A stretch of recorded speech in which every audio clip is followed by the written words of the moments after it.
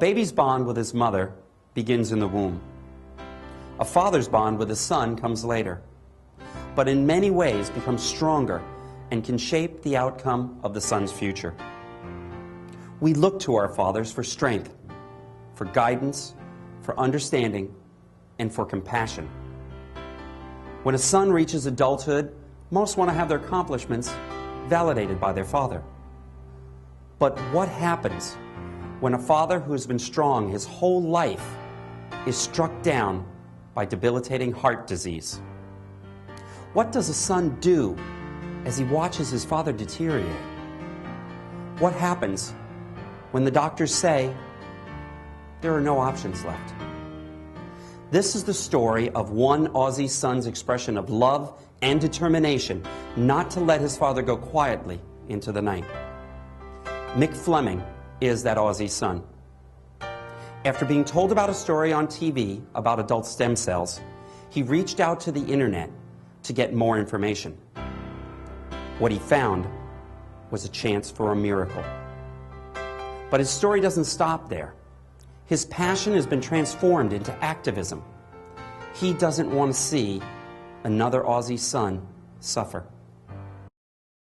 You had an old man that was shuffling along, leaning on the wall, barely able to walk, couldn't hold his head up. I mean, he has to sit in these chairs because he was incapable of sitting on a normal kitchen chair because he couldn't hold himself up. He was that far gone.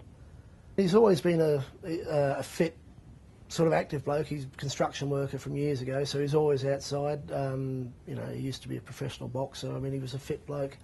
He had his heart attack in about 58. 58 I think he was. And he's just slowly sort of gone downhill. And for a number of years they've managed it with medicine and that. He was on oxygen here pretty well all the time. Couldn't move 20 feet without basically collapsing. His cardiac surgeon sent him away and said, come back and see me in a year, which you infer from that what you like, but I took it that, well, sorry, old son, there's nothing more we can do for it, so go away and die. I was fairly confident he'd be dead by Christmas. I came in here one day to talk to him and he sort of said, look, I'm just sitting here waiting to die. And as we know, once you give up mentally, that's half the battle as well. So I sort of gave him a bit of a rev up and told him he could die when I bloody well told him he could, and thought we better do something about it. So he was a dead man walking.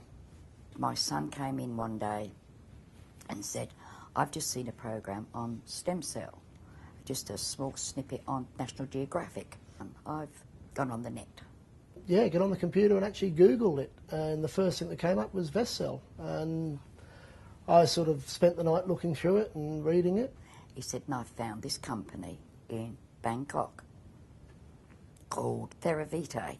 Will admit to some scepticism because it was Bangkok and I thought, I don't know. But I spoke to our GP on the Monday morning who has personal knowledge of Bangkok. His daughter actually works there. And he said, look, they've got facilities there that are just absolutely light years ahead of anything we've got in Australia. And he said, look, it appears legit, go for it. Actually, the Dr. Hoot rang me back the next day. This was our Friday evening. The Saturday morning he rang me, which was quite unusual because obviously a doctor here, there's no way you'll get a phone call back. They sent us all the info that they required, the tests and everything. So yeah, we made the arrangements, organised the flights. I think we were in Bangkok, would have been 9 days later. There was an incident that happened on the plane on the way over that was pretty dramatic. He nearly died. We were told by the doctors that he couldn't fly, simple as that. You know, he was a very sick man. We told him we'd go to Bangkok. Fortunately, the GP was all for it. He helped as much as he could. He said he must be on oxygen on the plane or he will die. So we had oxygen and everything all set up. And we got on the plane and it's 7 hours to Singapore, roughly. About halfway, it was about 2 o'clock in the morning, he went down like a ton of bricks. Just oxygen, nothing was working. If he dies, he dies. It's a chance. We knew it was high risk going there, and it was very, very close. They had stretchered him off the plane, and yeah, he only just made it. There was no two ways about it. He was nearly dead. been about 2 months or so, About would you say? 2 months or so, yeah. And what Yeah. have you seen as far as his condition now? Oh, unbelievable. I'm not religious in any way, but this is the closest thing to a miracle I've ever seen. 2 days after the operation, they did the op on 8 o'clock Thursday night. He had been unable, the week he spent in the hotel waiting to go for the op, he was unable to go downstairs for a meal or anything because he simply couldn't make it to the elevator. He just sat in the room, we had room service. He had the operation Thursday night. They kicked him out the hospital Friday afternoon. We brought him home. I walked in Saturday morning, I thought, that's strange, he's up, he's made himself breakfast, cornflakes, toast, whatever. And he just looked a lot brighter, and I thought, no, I'm imagining things. This is 36 hours after the operation. That afternoon, he said, I could murder a steak. I said, I'll ring room service. He said, no, we'll go down to the restaurant. Had a feed, come back, walked upstairs, good as gold. Absolutely unbelievable. I believe he's gone back about 3 years in his deterioration. He's gone back to the way he was 3 or 4 years ago, where he could still get around and do things. Quality of life has just gone through the roof. He's got a little shed outside, he potters around out there. Now, he hasn't been out there in 2.5 years because he just can't stand up in the shed to work. He spends 5-6 hours a day out there now, just potters around.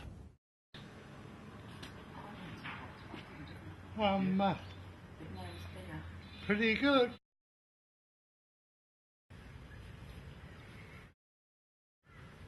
How did you find the hospitals, the doctors, and the nursing staff in Bangkok? Bangkok is amazing. The facilities they've got there is just mind-blowing.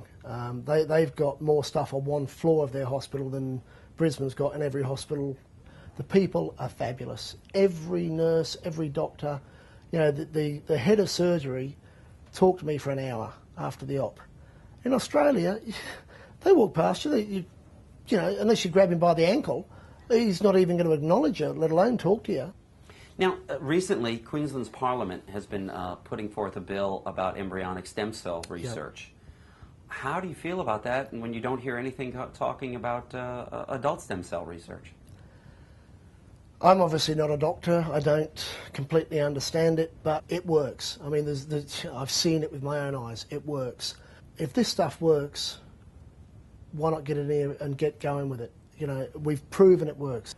And the politicians need to be, if necessary, dragged screaming and kicking over there to see, let them go over with somebody that's having the op. It's a no-risk situation. We pay the tax anyway. Pay for the health minister to go over there with the patient and watch what happens and watch the improvement, and then let him come back and say, no, it doesn't work. If this is saving lives, that's what they should be doing. They should be saving people, not messing around, arguing. This process does not use anything other than your own blood. There's no ethical problem. You're not killing babies or whatever, all the crap they beat up in the media. Maybe there is a long-term problem they don't know about yet for the testing. But hey, when you've got 3 or 6 months to live, do you really care if you're going to die in 5 years' time from some complication of it? If Dad grew 3 heads in 3 or 4 years' time, we wouldn't care. He would have been dead by now anyway. I will personally pay the airfare for any politician that's got the guts to go to Bangkok. It's saving people's lives. Why are we stuffing around with crap in Parliament while people are dying? If this process works, if it only works for 20% of people, although their success rate seems to be phenomenally higher than that, their kids and their grandkids have still got next Christmas rather than going to a funeral. Would you say that this treatment has given you your life back? Oh, yes. Yeah. And I what get would you... up in the morning, hey ho, it's off to work they go, a shovel and a pick, and a stem cell stick, hey ho, hey ho. So if someone else was in this similar predicament and had congestive heart failure or cardiomyopathy, what would you tell them? Well, I would say go to Bangkok and get it done.